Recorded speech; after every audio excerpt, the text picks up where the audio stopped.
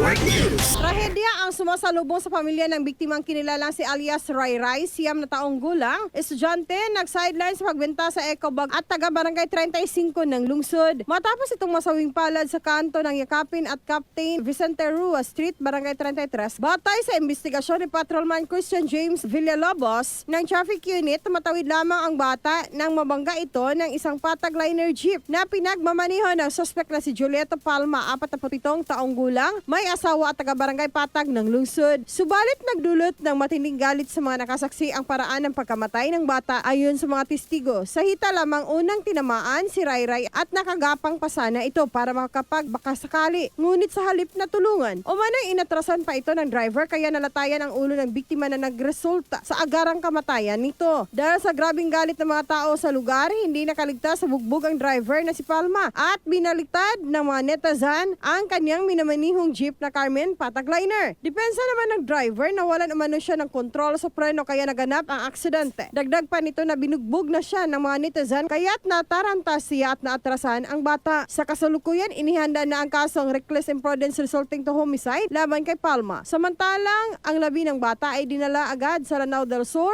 upang doon ihimlay ng kanyang nagdadalamhating pamilya. Matatandaan na balak pa umano magbili ng notebook ni Ray Ray dahil papasok siya sa madrasa bukas para sa Arabic language and Islamic values education o Alive class. Mula rito sa IFM at DXCC Armen Cagayan de Oro, Radyoman Medyo Mantas Tatak Armen! RMN Network News.